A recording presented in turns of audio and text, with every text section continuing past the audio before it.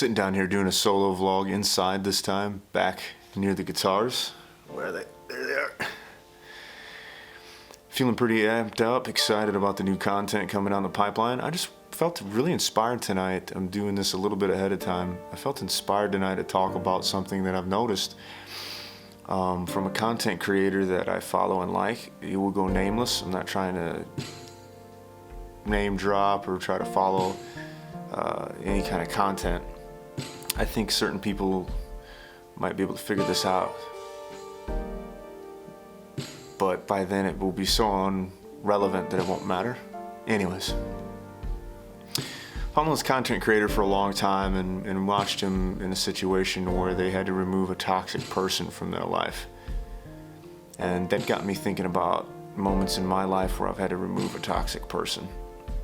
Somebody that even seems very important and critical to you at the time, but you realize the fracture that they are causing in your life or have caused in your life, and feeling betrayed, that you've been wronged, something really nefarious took place. There's all these layers and all these levels and all of this damage that's created. And I think that it's hard when we're in the midst of things to see the toxic person, right? And to see the influence that they truly have over you, and to see what they're doing to you or to the people around you, or all of the above and themselves. And we get this big heart and all this passion, and we feel like we want to change and help people, you know?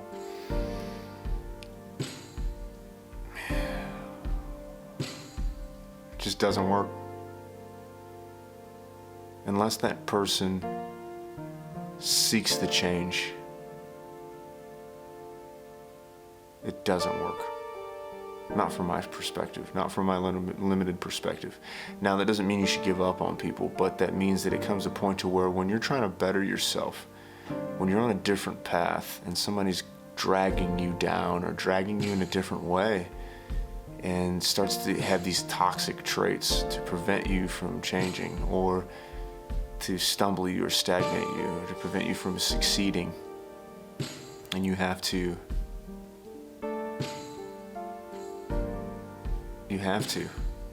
make a change.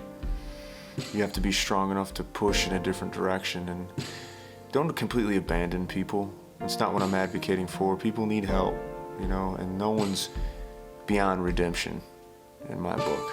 I guess maybe there are certain people, but it's rare, okay? The people that we're talking about, the people that we're dealing with, there's hope for them.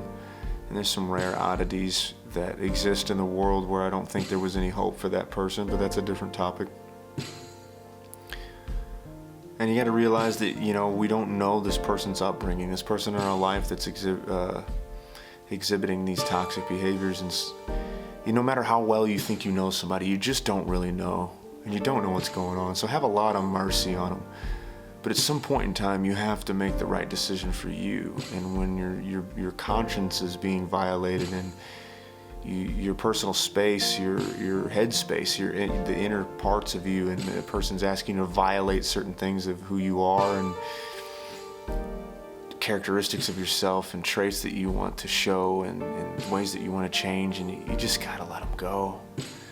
You gotta distance yourself a little bit. It doesn't feel good.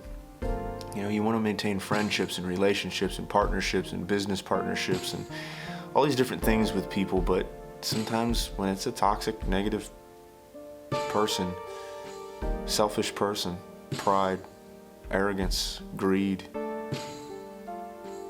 there's so many avenues this can take, and multiple, and hit you all at once, and you don't want that in your life. It's sad, but sometimes it's people that bring it in, you know? And sometimes they don't mean it. I think a lot of times they don't mean it, and that's the giant bummer in the situation. They don't mean it, okay? Some people are nefarious, but